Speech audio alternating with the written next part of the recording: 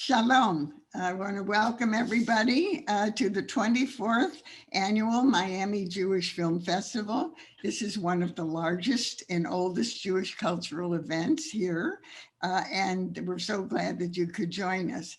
We especially want to thank all of our members and sponsors and community partners and volunteers, and most of all of you who are film lovers.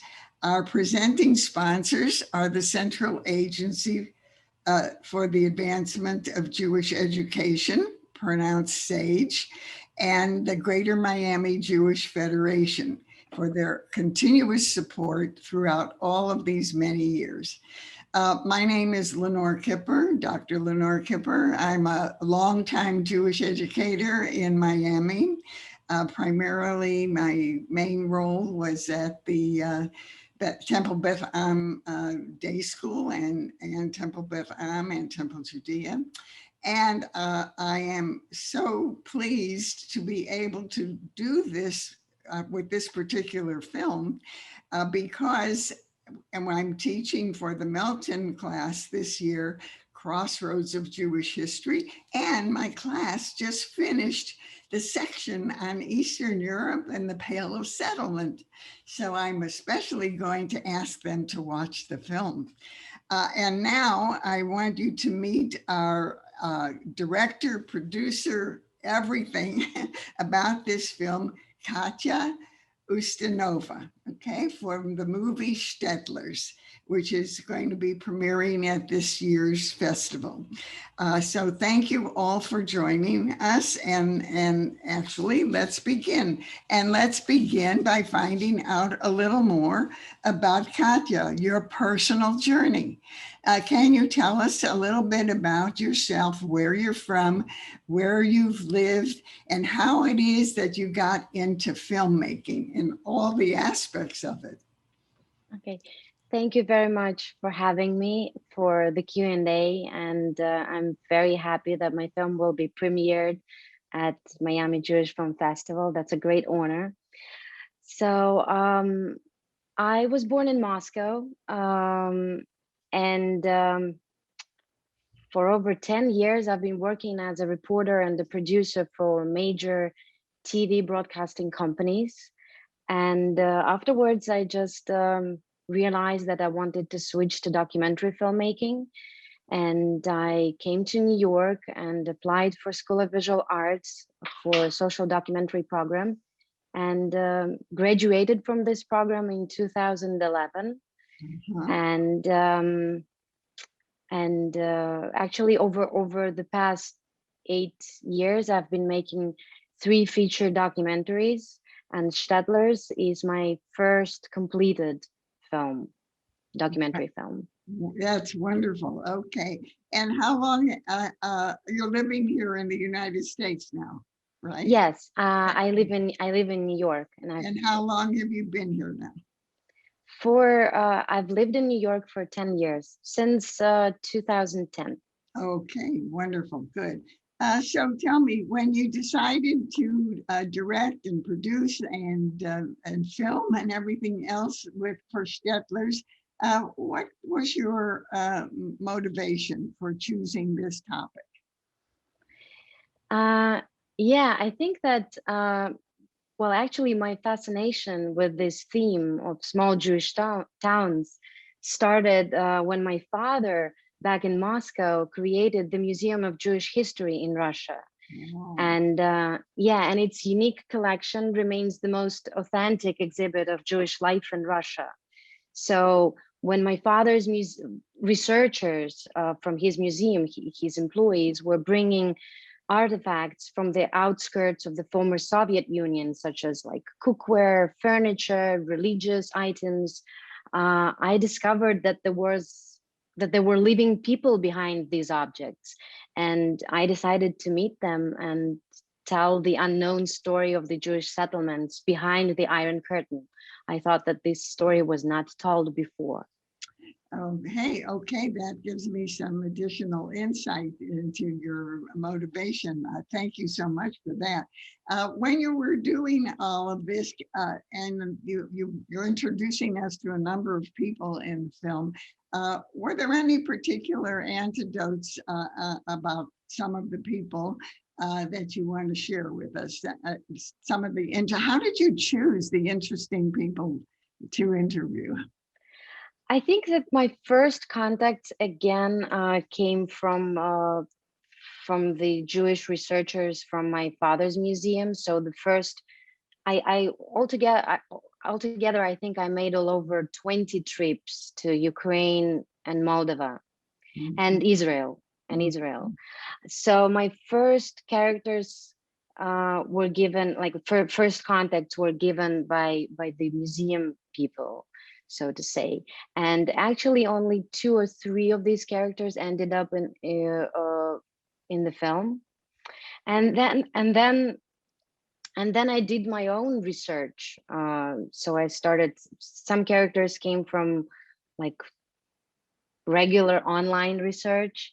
Others I found here because I lived in the US, and there are 3 characters who live in the US. Right. So yeah, different ways, so to Different say. ways. Okay. And when you were actually making and directing the film, did you have any challenges like with the filming or the locations or even the way the people were responding to the film and what they were saying?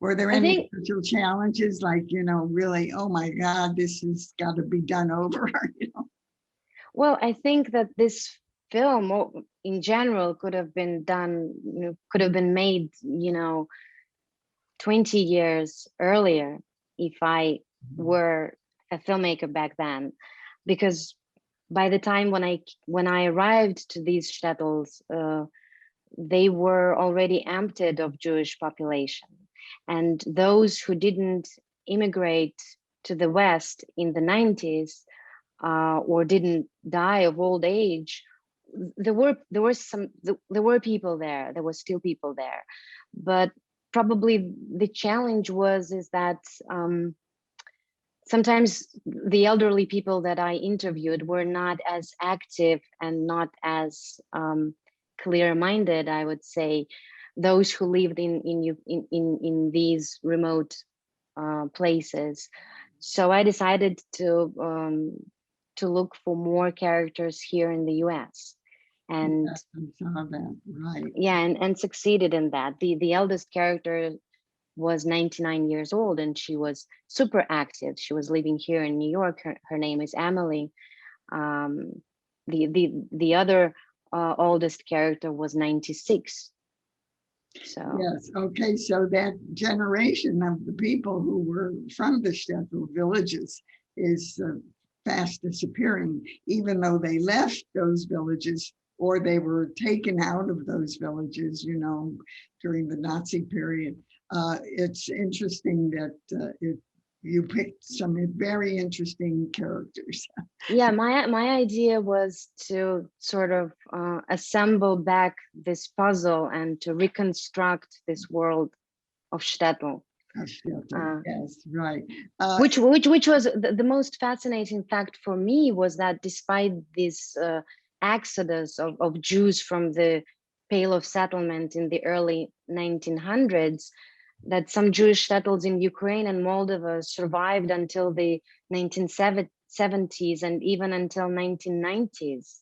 That was the most fascinating fact for me. I didn't know anything about it that before my father founded the museum. When did he found the museum? When In did two, in 2011, it's Oh, called, it's relatively new, right? yeah, and it's a privately owned museum. It's called the Museum of Jewish History in Russia. Okay, so we can go Google and get it. Yeah, Take you a look. could go Google it. And there's a fantastic collection that displayed online. You could take Oh, a look at the artifacts. I'm Yes, going to tell my students in my class to yes, go look yeah, at it. yeah. Absolutely, that's good to know. And so, Katya, why do you think that this story was so important to tell? I think this story was what interested me in this story was the fact that it was not just a Jewish world, that the Jews shared this world with the non-Jews, and that was actually that's actually the main idea of my film, how they lived next to each other through the times of for the peaceful times, the time of Holocaust, how they um, saved each other and betrayed each other. So, and my idea was to tell how complex this world was. That's right. That's very true. And as you said, if you had maybe gone, if you were a person younger or older, I suppose, in the 70s and 80s, I know that my husband and I were in Warsaw and in Poland at that time with some Israeli students and leaders. And we actually visited a shtetl, and one of the women in the village is speaking Yiddish. Okay, and these Israeli students, high school students, they didn't know Yiddish. Right? So she's speaking Yiddish, and my husband knew Yiddish. So she's talking to him, and so he's asking her, who is she? No, she's not Jewish. She's Christian, but she always lived and worked with the Jewish families. Just exactly what you were trying to describe. So we had that very personal experience. I thought you'd be interested in knowing that, right? Yeah, But I was told by many non-Jews that they were from the younger generation, but their parents spoke Yiddish. yes, Yeah, that's correct. That being definitely, Christians. Yeah. that's correct, right. So now let's talk more about the film, okay? Mhm. The places and the people that you chose. This film takes us to many locations, as you mentioned: Ukraine, Shtetlers, Israeli settlement, Brighton Beach, Philadelphia, New York, and it introduces us to several different types of people and their stories. So there's something about the technique that you used that I wanted to ask you about.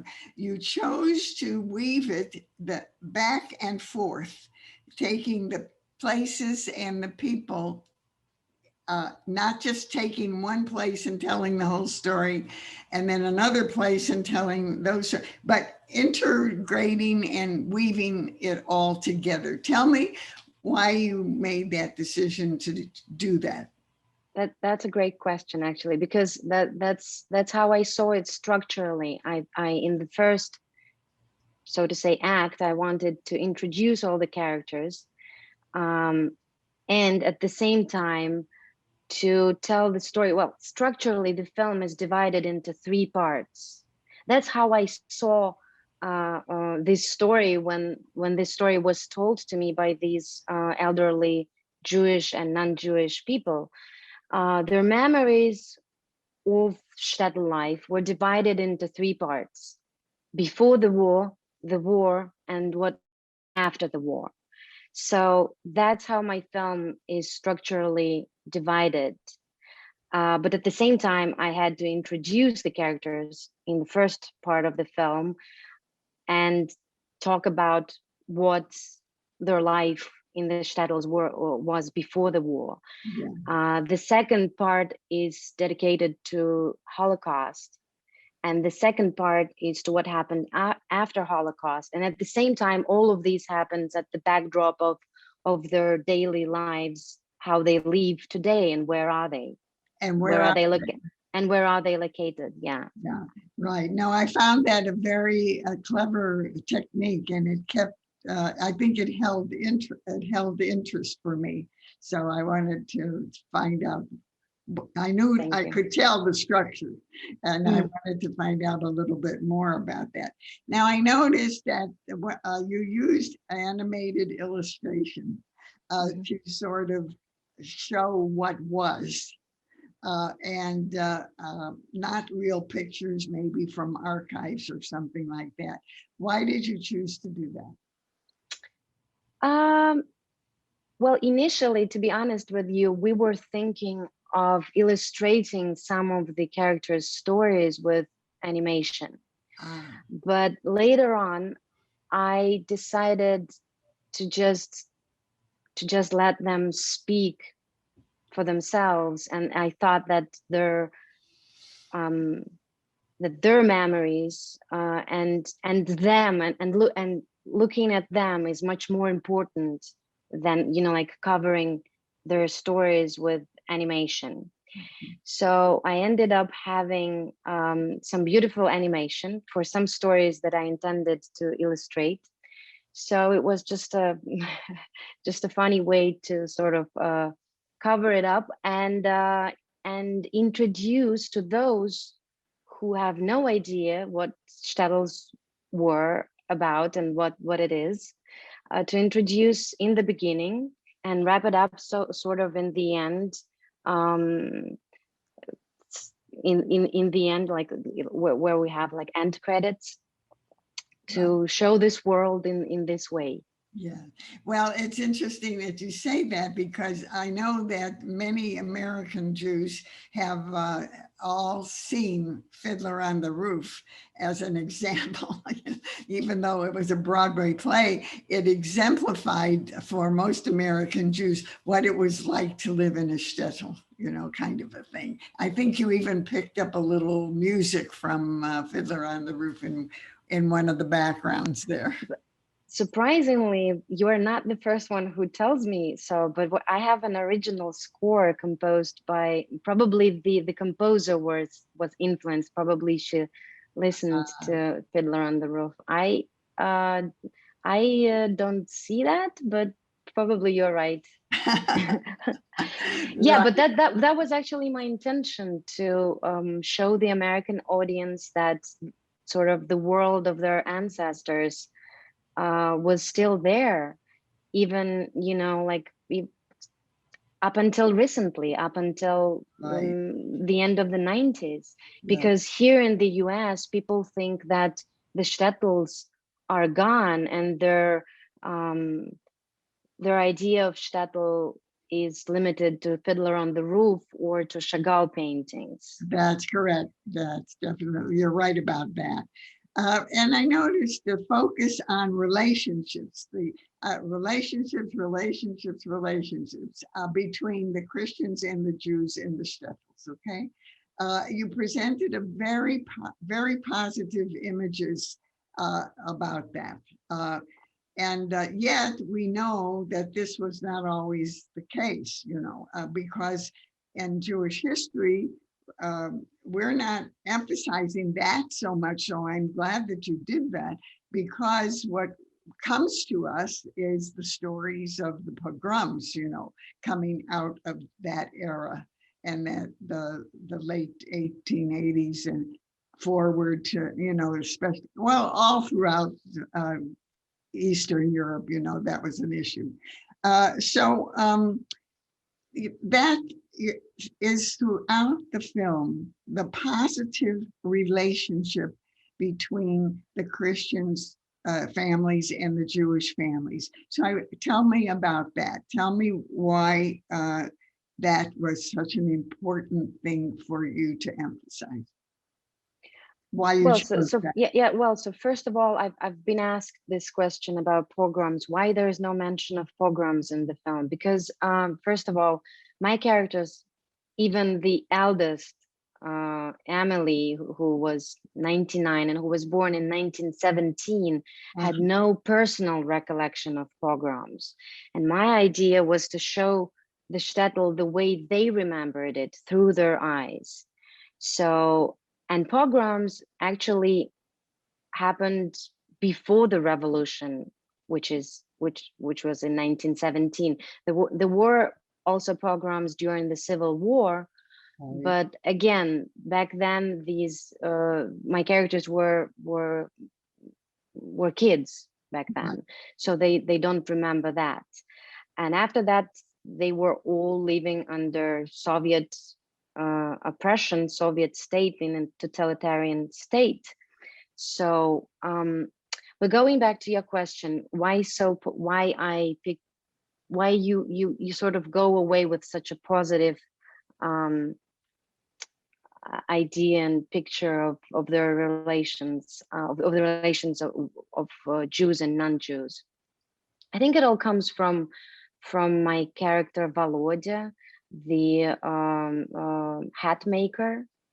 I think he was such a loving character, and he spoke of the Jews, and he was actually born during the war. I think he was born in 1942. He was born during the time when there was a ghetto in Shargard. But anyway, I mean, like that's how I saw it, but there is still, and that's how I saw it again through their eyes, through those people who I met. But I sort of, I mean, like I know the negative and side, and that's why I included Emily's story, and she's pretty, you know, rough on Ukrainians, although she has been saved by Ukrainians. Yeah, but she's the one who says that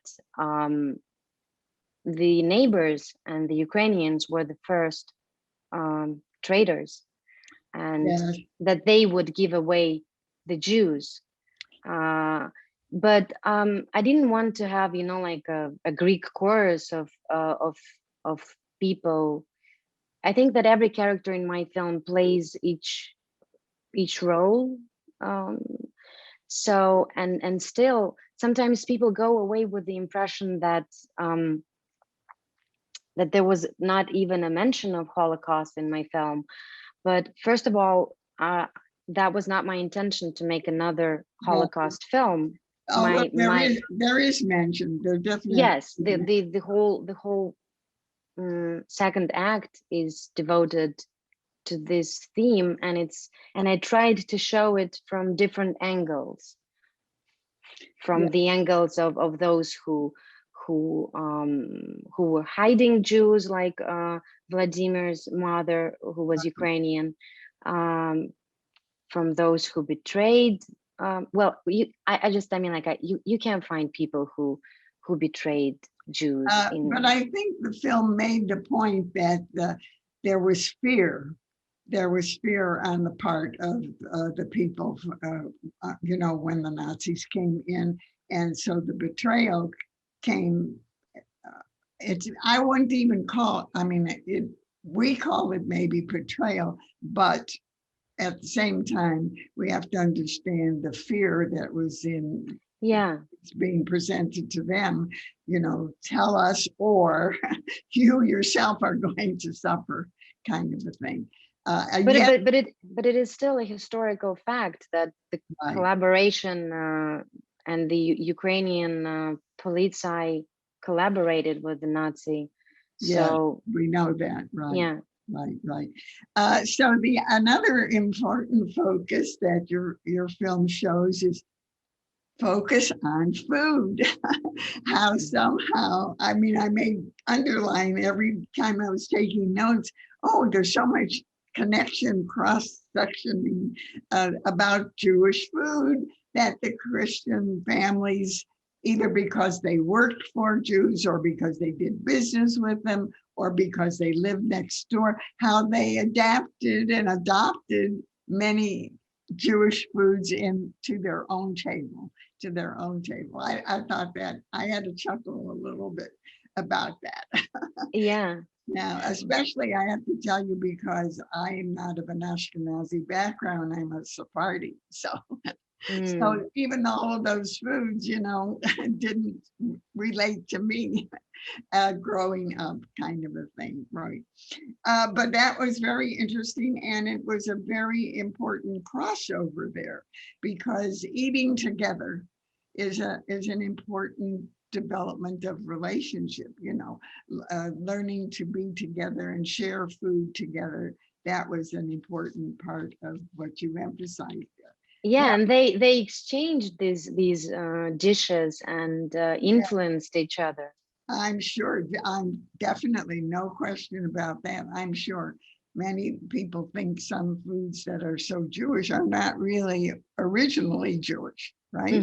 They're probably from Exactly. the environment, the diaspora community. Exactly. Well, And I love the story about Vladimir. Is it Vladimir or Vladimir? I don't know, Vladimir or well, in Russian he is Vladimir. Vladimir. Okay, all right. And that story was so touching. Uh, and this was in the Israeli settlement, Emmanuel, that you were there, and how he converted to Judaism. So the question is, he's such an interesting character. How did you find him? And when did he arrive in Israel? And before, after, etc., the Stalin, or when after Stalin died, or whatever. Tell me more about the background about Vladimir. Hmm. So how I found him, I was filming in Shargard, and then as I was traveling in this area, I traveled to Kapaigarat, and I liked this name Kapaigarat, and then I started, like it's a small shtetl as well. He's from Kapaigarat, so Uh, that's how I started doing my research, just an online research, and I came across this story of his mother who hid Jews, and then. And then we found him in Israel, because back then, because actually this tiny article um, said that he immigrated, that he became Jewish or Orthodox, and that he immigrated to Israel. And then since we were interviewing people in Israel as well, uh, I just started looking for him, and we found him, and he was living in the Jewish settlement right. with his. And first time I arrived, I was amazed because he invited all of the family to be there. So he had two daughters, and one daughter had 9 kids, Oh and my, they were all there. wow. So and all of a sudden I just found myself surrounded by this Jewish Orthodox family, and it was a very Orthodox settlement. Yes, uh, yes, that definitely was obvious from the filming. You could so tell. so he converted, I think, he converted in the Soviet Union during the Soviet time, I back back in the 70s, in which back.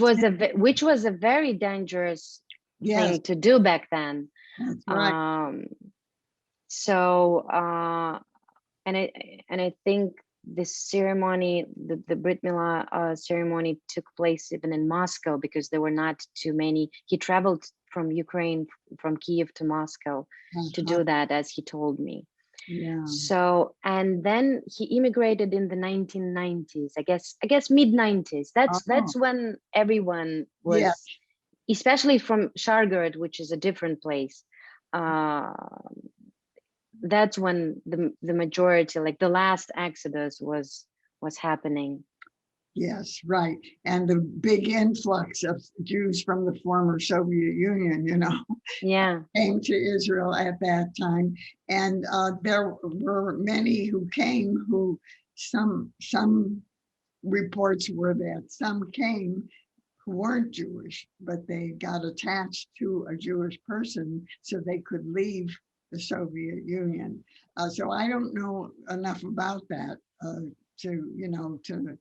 to know how many former Soviet Jews there are in Israel now who actually converted like Vladimir, or who just came. Oh, surprisingly not too many, because I remember when we were this scene didn't make it into the film, but when we were there, he went to visit his Kapaigarad friends.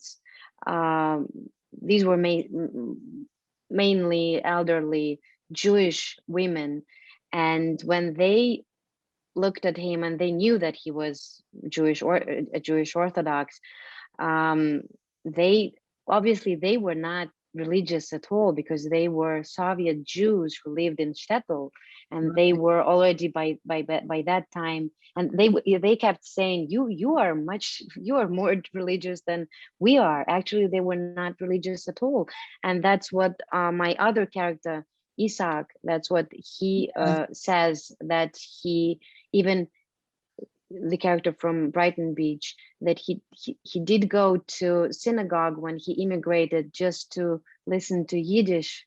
Sometimes that the um, people were speaking Yiddish there, but no, they were not religious and never ended up religious. They were secular, no question Yeah, about it. yeah. Well, even some of the early pioneers, the Halusim who came from Russia, even before the Soviet Union, before Stalin, many of them were already secularists in general, kind of.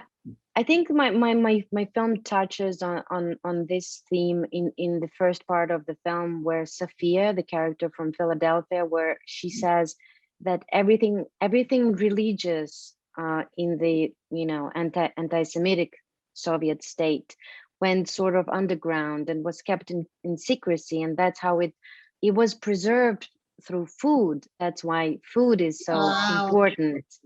So interesting. they would know about religious holidays, and she told me that all this information came to her sort of in a revelation afterwards, when when the Soviet Union collapsed, and then she remembered how her mom cooked gefilte fish, and that the Yeah, fish was cooked for Passover, and then all sorts of like matzah babka, right, right. and holidays were coming to her memory. Coming back to her, yes. Yeah. That's a very interesting, story, And of course, worldwide, we're all involved in the Sharansky issue, that was a big movement that many of us went to Washington, to about freeing Soviet Jews and things like that. I'm old enough to have done that. Right? So we all got on buses from Miami to go there, etc. Anyway, let's talk about Emily next, okay? Hmm. Amila, whatever is that? Okay, Emily. She um, went by Emily. Yeah. Emily. Okay, quite a character and quite a contrast there, and very feisty lady, 99 years old, celebrating her birthday. And yet she was rescued definitely by a neighbor. And at the same time, she's the one that shared the information about those who were in fear of the Nazis telling them where they could find Jews. And of course, none were left. So, how did she get to New York? Did she tell you that story? I think she was an early emigre. She came here in the 80s, I guess. Uh-huh. Okay. Because she was Um, born in, I think she said 1917. She was born nine, right at the time. yeah, she was. But by the time she was, the Nazi invaded her hometown of Khmelnyk. She was already 23, and she had a kid of Wow. 3 years old. So Mhm. she was standing in this line to be ready, for a roundup, uh, and she miraculously escaped. Uh, but well, honestly, her story is much bigger. Her story of how she was hiding all these years. She was hiding for almost 2 years. I mean, like I didn't have enough screen time to tell her story Mhm. um, in all details, and I wouldn't know what to what visuals would come with Sure. this story. Mhm. So So yeah, she was rescued. Actually, she was rescued a couple times by the Ukrainians, and still she is the one. She is the first one to criticize the Ukrainians and the neighbors, because all of her family got killed. Her, Right. just in front of her eyes, her parents were killed, her brother was killed, and her husband just didn't, I guess, didn't come back from the war. He was drafted in the army. Right. So let's go back to Vladimir. He goes to Yad Vashem, the Holocaust Memorial, and especially to the memorial for the righteous Gentiles among the nations, and that is something that Israel preserved very much, the story of those people who rescued Emily and others, who are in even Israel today, who were able to count on their non-Jewish Christian families to help them. So there were the righteous amongst the nations, and it was wonderful that's a very touching, moving scene wherein he is there at that memorial kind of thing. He was actually for the first time there. He didn't he as he mentioned, I wouldn't dare to come. It was too emotional for him. So I sort of brought him there for the first time. So all the emotions you see on the screen are absolutely authentic. He as if he traveled to, as if he came up to a like to a tomb of his mother, as if this was a grave, because his mother was buried in Kapaigaret, and that's in Kapaigaret where she was hiding. As he says, I mean, like, I'm not doubting what he says, but he was a small kid. He said that there were around 50 people, because it was a huge house. She lived in a very big house, and there were around 50 Jews were hiding there. Wow, that's quite a story.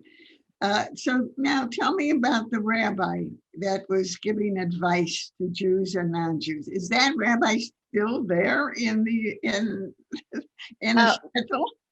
Well, he died 2 years ago, although he's one of the, so to say, youngest characters of my film. But unfortunately, half of my characters passed away. So I really managed. It is really the last glimpse into this world. Yes. Because half of them are gone. So Rabbi Noach was still there and was still practicing this thing, which is, I'm always asked this question. Well, this is actually a pretty, that I know from my father's Jewish researchers, that this tradition is pretty old. It's not something that he invented. There was a tradition of Jewish rabbis and tzaddiks to sort of have this kind of reception of non-Jews, and there was even a Ukrainian term for that. I don't know how to translate it. It's called to go to Mallorca. Mallorca, like to go. Okay, interesting. Like I don't know why it was called so, but anyway, that was an old tradition, and some non-Jews even believed that the Jewish God helped better, and they came with their troubles for him to pray for them. And what was so interesting to see, yes, was that they would, make the cross and then kiss the mezuzah when they would leave his place.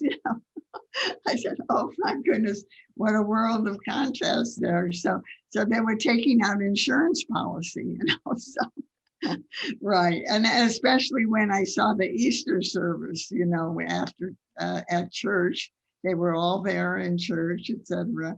And then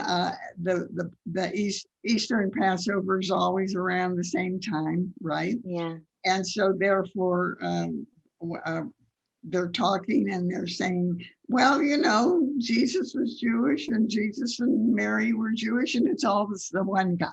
It's all the one God. I love that. Okay. If only we could bring a little bit of that idea back to all of us so that there is this wonderful feeling of coexistence, and Yeah. more than coexistence, of integrating, and not everybody, but certainly the attempt to cross culture, to cross, Mhm.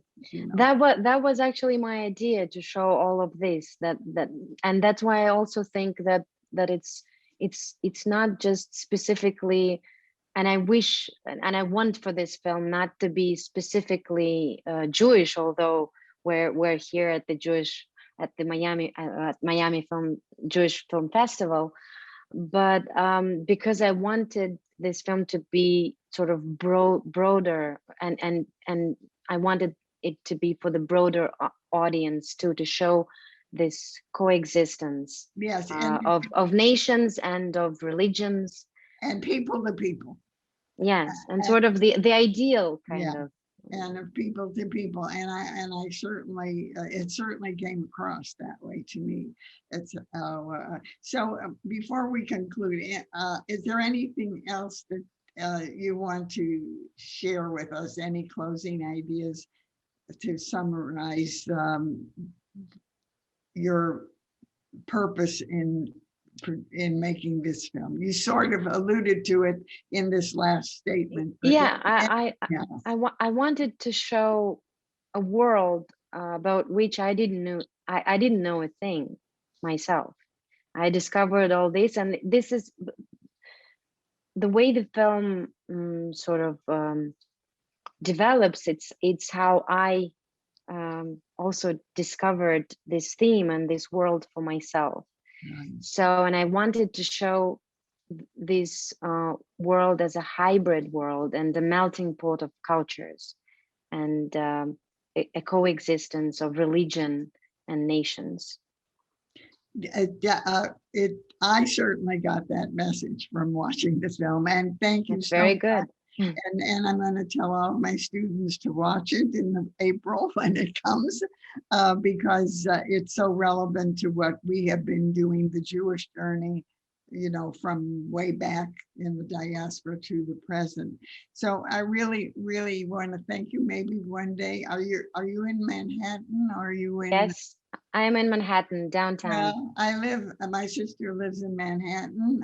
One day, if I ever get back on an airplane and get to Yes, please, I will certainly. I've got your name here, and I will. And you have my email too. And I have your email, and it would be my pleasure, because I did learn some new things, and I was very touched by some of the expressions of concern and caring that the non-Jewish. Thank you very much. I would be very happy to see you. By the way, I have my can I just really quick show you one thing? Okay.